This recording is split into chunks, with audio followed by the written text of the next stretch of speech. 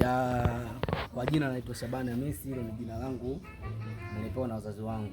Lakini jina la kutafutia ugali naitwa Kumbwanga. Leo nipo na cameraman wangu, ni director wangu wa kwanza alinifundisha sanaa. Itabidi mjue. Hapo pia nipo na ndugu yangu pia.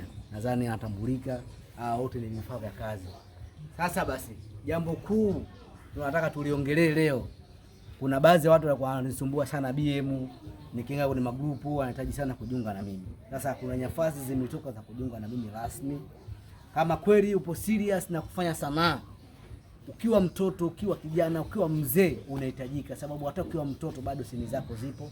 Ukiwa mzee sini zako zipo. Ukiwa kijana sini zako zipo. Naona kila jinsi, hata ukiwa kiwete sini zako za uwete bado zipo.